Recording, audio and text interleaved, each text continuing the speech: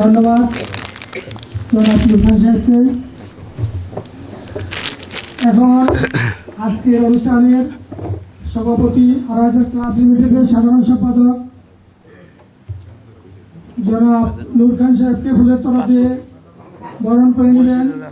আজকের অনুষ্ঠানের অতিথি জনাব জয়নাল ভাইকে অনুরোধ করছি জনাব নূর খান সাহেবকে ফুলের তরফ দিয়ে বরণ করে নেওয়ার জন্য।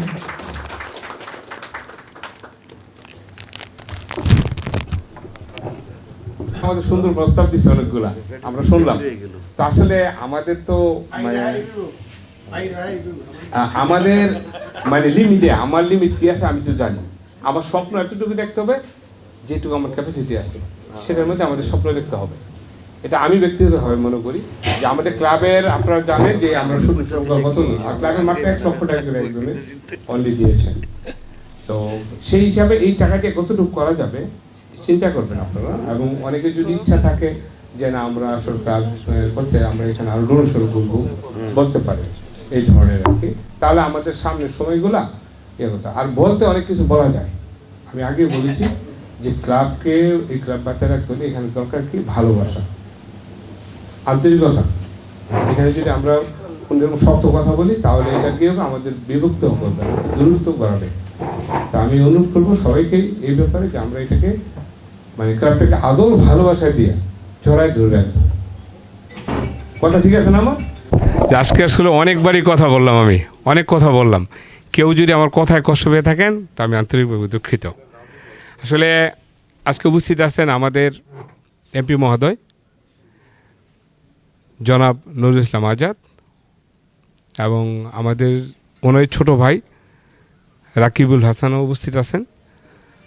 আমি আসলে যখন থেকে আপনারা এই দায়িত্ব দিয়েছেন আমার এই ক্লাবের জন্য, আপনারা জানেন 2017 সালে এই ক্লাবটা উদ্ভাবন হয়।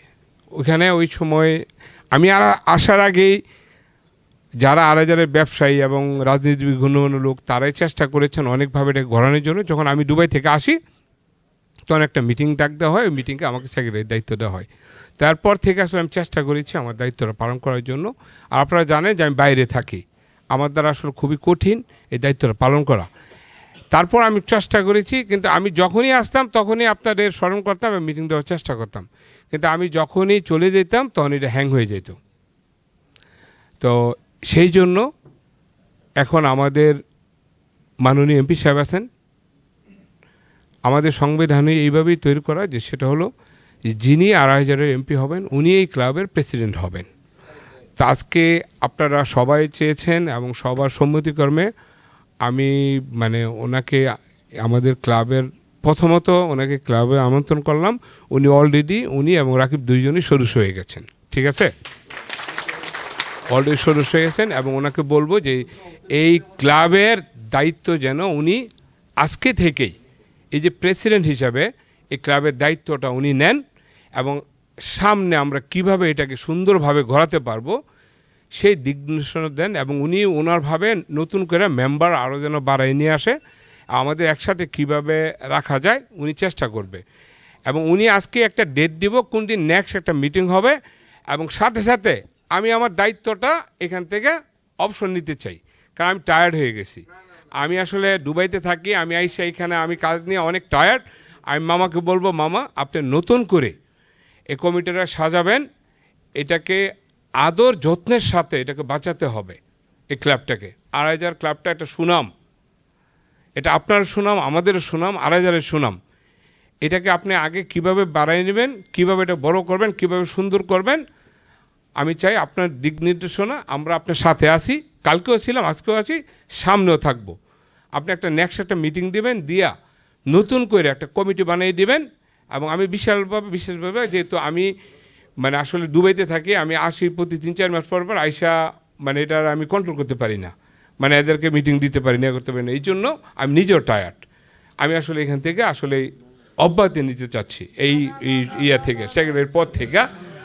কেউ কষ্ট নেবেন না, আপনাদের প্রতি কষ্ট না, আসলে আমি টায়ার্ড হয়ে গেছি রিয়েলি, যেটা আমি ভেরি টায়ার্ড হয়ে গেছি। আমি কারো শোনেন, আমি একটা কথা বলতে চাই, সেটা হলো যে কিছু করে না তার কোনো ভুল নাই।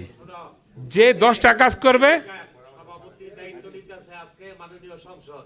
জি মাননীয় সংসদ যদি তোমার অব্যাহতি দিয়ে দেয় আমরা ভাইটা নিব। যে যে কিছু করে না তার দোষ নাই।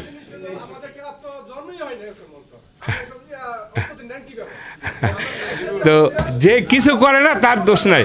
যেহেতু আমাদের সম্মানিত এমপি মহোদয়ের নিমন্ত্রণ কইরা জি আমাদের ক্লাবে আনছেন, জি শপথ গ্রহণ করাইছেন জি এবং আজকে ওনাকে সভাপতি বানাইছেন। জি আপনি যদি এই মুহূর্তে বলেন যে আপনি আপনার পদ থেকে পদত্যাগ করবেন, জি মনে মাইন্ড নিয়েন না, কারণ এই মুহূর্তে যদি বলেন তো উনি লজ্জা পায়। না এই মুহূর্তে না, নেক্সট মিটিংয়ে আমি বলছি উনিকে সাজানোর জন্য, নেক্সট উনি ওনার ভাবে বানানোর জন্য বলতেছি। আপনি বলেন যদি বলার ইচ্ছা থেকে আশা করি আপনি সেক্রেটারি হিসাবে, আর এই হাউসের মধ্যে কারো দ্বিমত আছে এমন কোন ব্যক্তি নাই, এমন কোন ব্যক্তি নাই যে আপনি সেক্রেটারি হিসাবে কারো দ্বিমত আছে।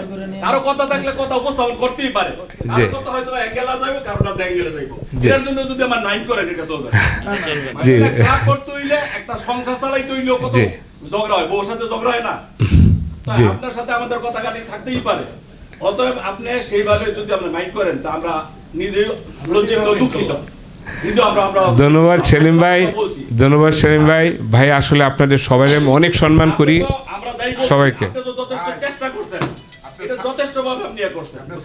জি আমি আসলে চেষ্টা করছি।